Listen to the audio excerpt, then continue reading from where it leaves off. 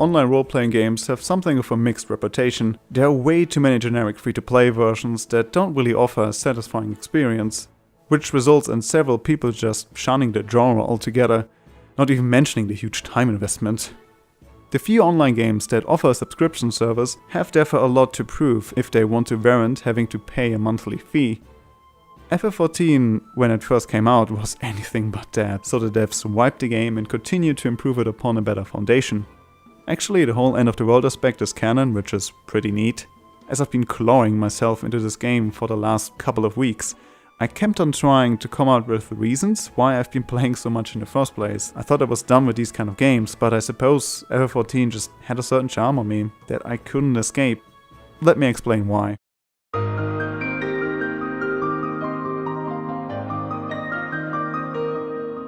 Main stories in MMOs are difficult to execute. Given that so many people run around in the same world, it's not uncommon to see someone else do the task you just finished doing, kind of destroying the sense of progression or the feeling that you had any kind of impact at all. While my personal experience to MMOs is for the most part limited to World of Warcraft, it's my belief and understanding that FF14 is one of the few online RPGs that actually manages to tell a compelling story and makes you feel important to its world, regardless of the other player's presence. For starters, cutscenes which feature your character help to establish the narrative of your no-name hero slowly becoming the warrior of light. Though I have to admit your character for the most part is more of a mute bystander. Yeah, you have some text options occasionally, but your character does not have a voice, nor can you change the narrative. Simple emotes, some angry or concerned faces here and there are the most you will get from your character expressing themselves with. It was alright for me after a while, but I'd assume that's not enough for a lot of players who are used to games that offer much more expressive characters that one can play with. Oh right, the story. So basically it's about the world Eosa, which has multiple kingdoms that are either at each other's throats or in a sort of unstable alliance kind of situation. The main cast you're going to interact with is the Scions of the Seventh Dawn, a group of misfits that take it upon themselves to keep Eosa safe and take care of the threat known as the Primals. Primals are the trademark summons of the Final Fantasy franchise like Ifrit, Shiva or Ramuh for example. Most of those primals are pretty much complete assholes and brainwash their followers as they see fit, so it's your job to take them down and also solve the conflict between the kingdoms, mostly with violence. Okay, and lots of talking, negotiation, typical JRPG fashion you may say. If you're already afraid of joining in too late to understand any of the story bits, you've got nothing to worry about. Every new player is required to go through the whole main story to make any kind of progress, which does give Square Enix the opportunity to tell a compelling story for pretty much everyone, no matter when they started. A big bonus for me, since I heard the main story of FF14 is supposed to be really good, which it is, like way later. I'd say about 5 hours in, things start to slowly pick up, but arguably they don't until the 50 to 80 hour mark. Which is like a horrible sales pitch, I know, but that's just how I personally felt. The beginning is just plain, dry fantasy nonsense I've seen too many times already. So naturally, one may ask, is that even worth the trouble? And yeah, it totally was. I didn't think it was possible, but I can't see myself not being interested into how the story is going to go in the future. I've grown so attached to the main cast, character development and the big twists and turns the story went. The only fear I have that the main story will take an eternity to finish, as long as it's still going to make money. All of this may sound hugely dismissive about how Final Fantasy XIV tells its story, but I suppose this highly depends on what kind of other games you have played before. If this would be your first online game and you've only played offline games, which are more focused on telling a narrative to one player, for a set period of time, I expect people to have less of a tolerance to a narrative that takes a while to get things going. Doesn't mean it's not still fun to play online games, but it means you gotta keep your expectations in check. Speaking of which, let's talk about combat, aka how well you can press 1, 2 and 3 in order.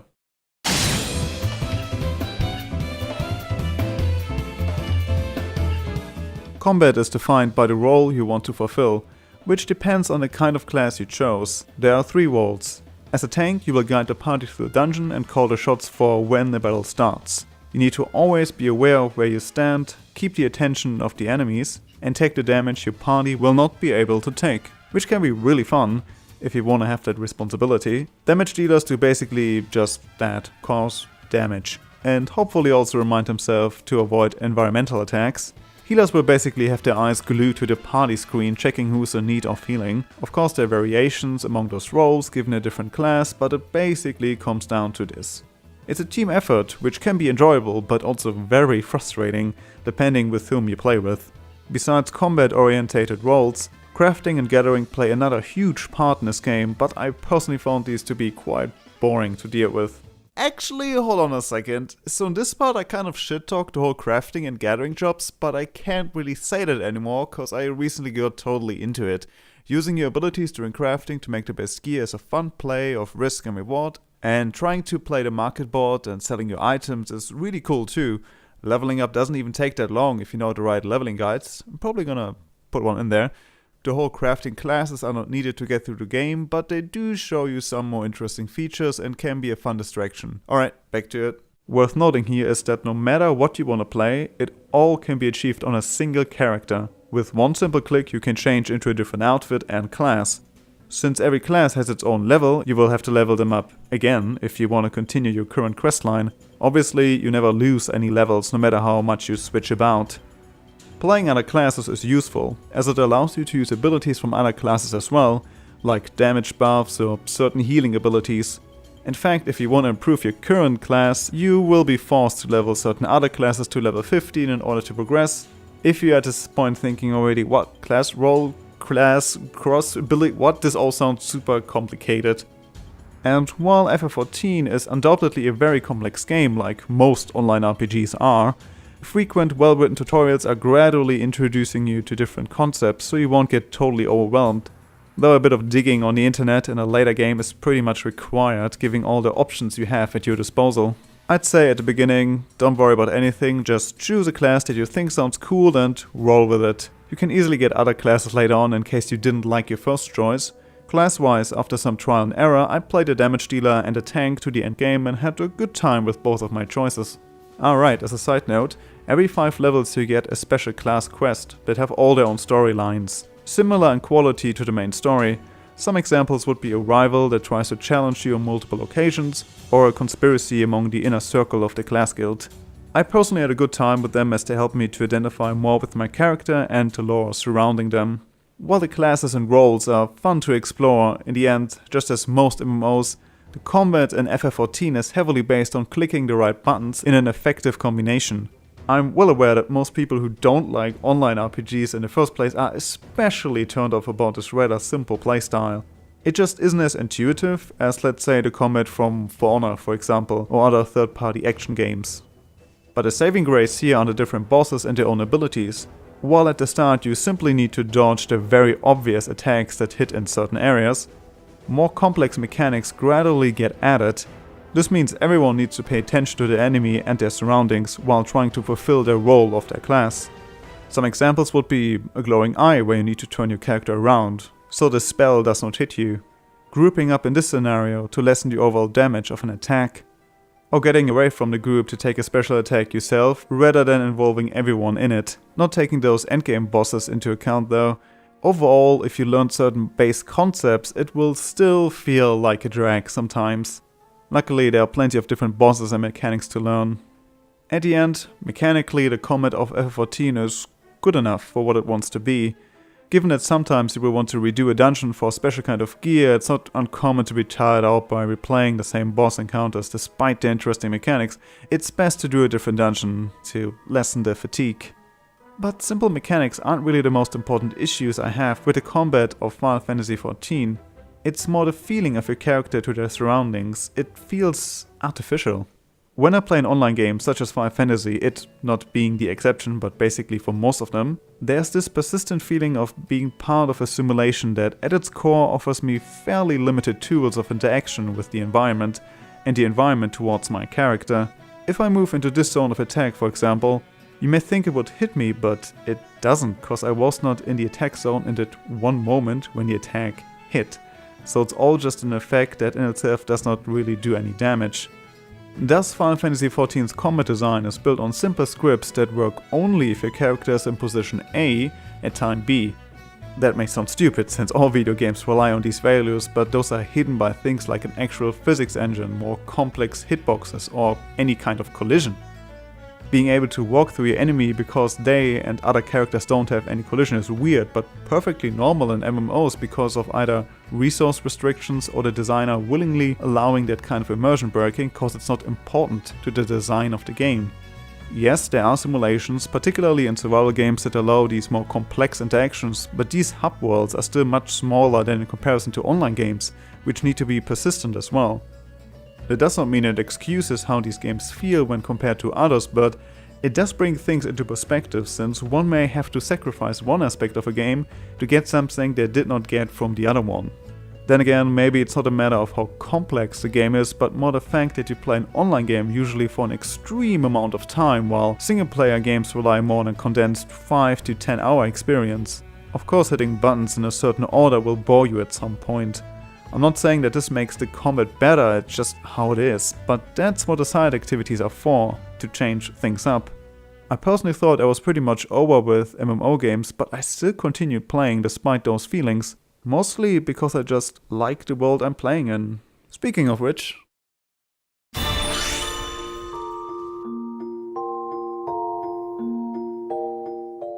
I've always liked the aesthetics of Final Fantasy games, and FF14 is not an exception.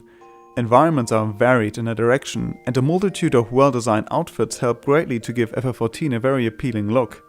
Since it's so easy to simply adapt the look of other equipment pieces without changing the values of your current gear, and even dye them however you want, it offers its players the opportunity to express themselves quite freely, which is essential to these socially driven online games. Furthermore, visual character customization is naturally included as well. This also does include the screen customization. Don't like how the information is being represented? Just change it up to fit your needs. As always, all the music you've been listening to so far is straight from the official FF14 OST. Every dungeon, each proper boss, they all get their own themes. Usually you got yourself the typical fantasy orchestral soundtrack that so gracefully gets completely ignored because it kind of sounds all the same.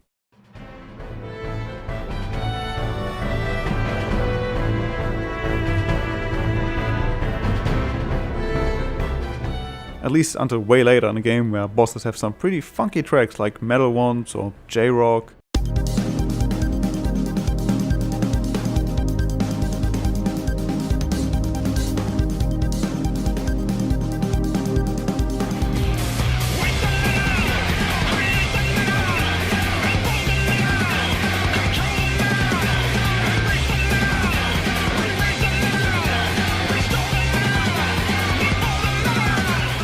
Point is, as with the story, the music gets more varied later on. I feel like I'm saying that a lot, but that's unfortunately the case for this game.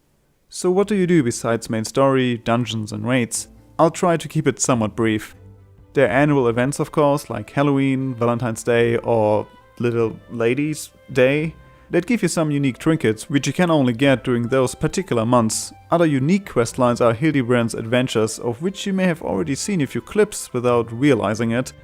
A questline that goes full slapstick humor. Not everyone is into that, but I personally had a lot of fun helping Hildibrand in his hijinks, since it's a refreshing alternative to the very serious main story.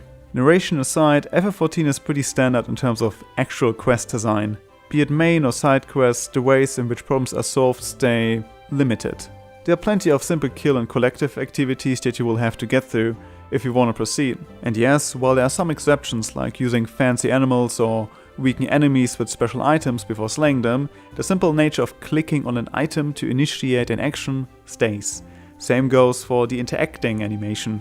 Luckily, the really important quests that you should get into in terms of unlocking new features always have a little plus sign to them. The rest you can usually ignore if you don't want to level up or something.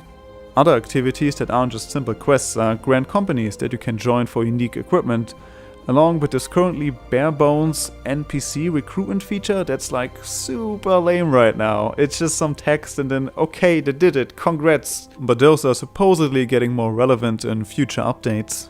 In contrast to the NPC grand companies are free companies, which essentially means a guild for players. This comes besides buffs and airships also with housing for you and in general your whole guild.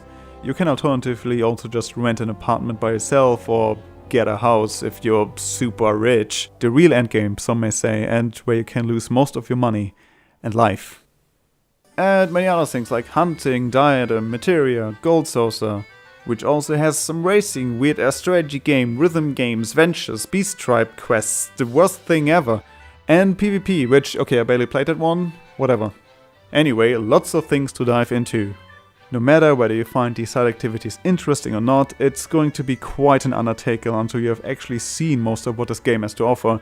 Even now I'm still finding some features of FF14 I have not seen despite playing for more than 400 hours. That also means, depending on the kind of person you are, you can lose yourself quite a bit in these MMO games. Your productivity may suffer a bit.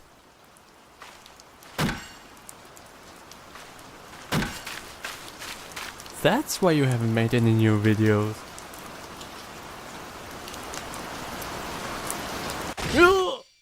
So it's important to keep yourself in check. But luckily, even in endgame, I don't feel like I have to go out of my way to play Final Fantasy, and since the monthly fee costs are about 10 to 12 bucks a month, it's fine to take a break too. In fact, since most of your progress in this game revolves around the main story anyway, it's a great way to set yourself milestones for when you want to take a break. I've tried introducing people to this game and it was sort of a hit and miss experience. Some just can't get over the differences online games have to other game types, others adjust it just fine, and even like to fish cause it's relaxing? Let's summarize.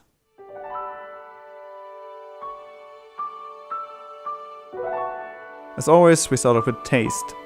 Kill this or use an object in this location and occasionally have a fancy mount or something are the high points of quest design. Doesn't mean that the story isn't interesting though.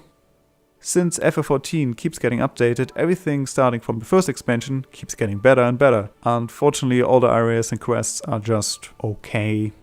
Even if you complete the early dungeons, if you wanna have bonus XP during leveling, which you want, you gotta play through old dungeons again, which is efficient but boring as all hell. Don't worry about not having anything to do, there is plenty. Because of the nature of how MMOs work, your suspension of disbelief does take quite a hit. I fear that no matter how far I come in the main story, it will never be truly finished. I really hope they will put a clear end to this game as well at some point. But what's undoubtedly good about this game?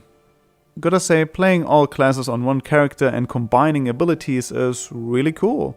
Leveling up those new classes is also quite fast, so I always felt like I can improve myself. Well, my fictional character anyway. Since updates are pretty much on a monthly to bi-weekly basis, I don't mind paying about 12 bucks as a subscription fee. Getting the game is super cheap as well, so no complaints there. Honestly, I'm sure there are lots of different ways of how the whole HUD works I'm not even aware of, but I'm already quite impressed by what I've found so far. Same goes for the ability to make my character look however I want, despite the gear I'm wearing. As the de facto biggest reason to get into it in the first place, I'd say that the story in FF14 is even better than the one from its single player counterparts. At least later. Like way later, unfortunately. Being able to actually make yourself feel important to an MMO's world is pretty impressive, so kudos to that, Square. It's easy to just take a break from the game once you reach a certain point in the story, since your whole progression is based on your main story progress. Online games don't work without players that play them. Fortunately, FF14 is one of the biggest right now and gets plenty of updates, so don't be afraid of dying servers or whatever. You will have a lot of people to play with. As a closing remark to the question of whether you should play this game in the first place, it's all a matter of what kind of experience you want. Story progression in FF14 is sluggish, but that's fine if you just want to relax, and since this is an online game, there are various side activities to delve into. Not even mentioning the fact that as an online game, it's a social game first and foremost, and at least on the server I was playing on, which was Odin, I didn't run into that many mean people. Most are pretty chill. I know that MMOs are hard to get into for people that are used to something like single-player open-world games. I did have the same problems with it after all, yet I still stuck with it for all these hours because I just found the world to be very interesting. And I'm quite excited to get into the new expansion Stormblood. Well, after a bit of a break, I suppose. Be it the visuals, story, or simply a fun time with friends, I can see plenty of aspects one may enjoy about FF14, but ultimately it comes down to your own preferences. I'd say if you're interested in getting into these kind of games, be it as your first online game or another one to try out, just go for the free trial. either alone or with friends, which lets you play for free until level 35 currently. It doesn't hit all the high points in the story, but I think it would still give you a good overview of what to expect at least. The main game itself doesn't even cost that much in the first place, so you know. Alright, I've been rewriting the script for this video so many times that it's quite difficult to take so many aspects of this game into account, and I'm sure someone else may find something super important I forgot to mention. If you have any other questions about it though, in terms of deciding whether this game would be something for you or an aspect you want to know more about, please just feel free to write it in the comment section and I'll try to answer it. Besides that, I hope this video gave you some insight as to whether you should play Final Fantasy XIV.